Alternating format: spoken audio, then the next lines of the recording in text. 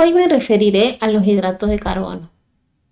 Los glúcidos, carbohidratos, hidratos de carbono o sacáridos son biomoléculas compuestas principalmente por carbono, hidrógeno y oxígeno, aunque algunos de ellos también contienen otros bioelementos como nitrógeno, azufre y fósforo. Son la gasolina que nuestro organismo necesita para ponerse en acción. De hecho, la glucosa es el alimento número 1 para el cerebro.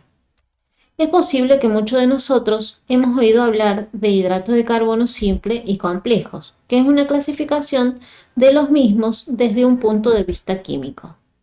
Hoy en día se utiliza otra clasificación que es según su índice glucémico, que es una medida que indica la rapidez con la que un determinado alimento aumenta los niveles de glucosa en la sangre. Según las últimas recomendaciones, los hidratos de carbono que más nos deben preocupar son aquellos que poseen un elevado índice glucémico, porque generan un mayor incremento de la glucosa en la sangre. Así se los clasifica en bajo, medio y alto índice glucémico. Los de alto son aquellos alimentos que al ingerirlos pasan rápidamente a la sangre convertidos en glucosa. Medio, su absorción es más lenta y moderada. Y los de bajo índice glucémico, la glucosa se produce sostenidamente, sin grandes picos de insulina.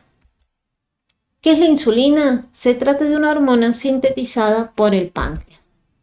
Es la llave para que la glucosa presente en la sangre pase al interior de las células. El proceso es el siguiente. Al detectar un incremento de los niveles de glucosa en sangre, las células beta de nuestro páncreas secretan la insulina para normalizarlos, porque tener la glucosa dando vueltas por el torrente sanguíneo no es buena idea. De hecho, mantener unos niveles de glucosa en sangre muy elevados durante un buen periodo de tiempo es la vía para acabar sufriendo diabetes tipo 2. Con esa glucosa que circula por nuestras venas, el organismo hace dos cosas gracias a la acción de la insulina. Una parte la almacena en el hígado y en los músculos como reserva para tiempos de ayuno, y si tras esa solución aún sobra glucosa, la convierte en grasa y la almacena en los adipocitos hasta normalizar los niveles. Primero va un proceso, después el otro.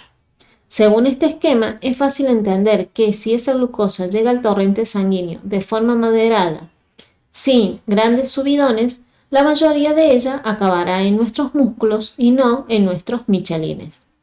Y de regalo controlaremos mejor nuestro apetito. Y por eso no todos los hidratos de carbono son iguales.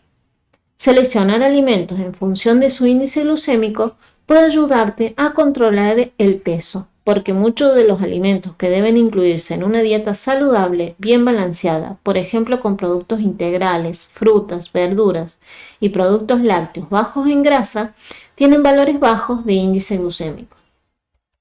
Así, por ejemplo, un pan hecho con harina de trigo blanca tiene un valor de índice glucémico de 70, pero un pan de trigo integral tiene un valor de índice glucémico de 40. Aquí podemos observar una tabla donde se los clasifica en alto, medio y bajo. Por ejemplo, así tenemos la mermelada, las golosinas, el puré de papa, que son de alto índice glucémico. El arroz integral, el pan integral, la avena, tienen un índice glucémico medio. Las frutas, como por ejemplo los duraznos, la pera, el kiwi, las manzanas, tienen un índice glucémico bajo. En la descripción del video les dejaré un link donde los podrá llevar a una tabla más detallada. Hay otros factores que influyen, así por ejemplo son la maduración de las frutas y verduras. Pero, ¿podemos hacer algo en nuestra cocina para ententecer la absorción de los alimentos? La respuesta es sí. Además de elegir preferentemente alimentos ricos en fibra, también debemos saber que la cocción de los alimentos cambia su velocidad de absorción. Por ejemplo, un plato de pasta al dente se absorbe de forma más lenta que uno muy cocinado. También sabemos que los alimentos líquidos o muy troceados se absorben con mayor rapidez que aquellos otros menos elaborados. Por ejemplo, será más bajo el índice glucémico de una pieza de fruta que de un zumo. El índice glucémico tiene ciertas limitaciones. Por ejemplo, no tiene en cuenta la cantidad. Por esto se incluyó en 1997 un nuevo concepto que es el de carga glucémica, que lo veremos en otro video. Pero, ¿cómo nos puede ayudar saber sobre el índice glucémico en nuestra vida diaria? Bien, porque el patrón alimentario condiciona la prevención y control de enfermedades crónicas no transmisibles de creciente prevalencia, así como la obesidad, el sobrepeso, la insulinoresistencia, cáncer y enfermedades cardiovasculares. Esto ha sido todo por ahora de hidratos de carbono. Comer es una necesidad, pero comer de forma inteligente es un arte. Muchas gracias.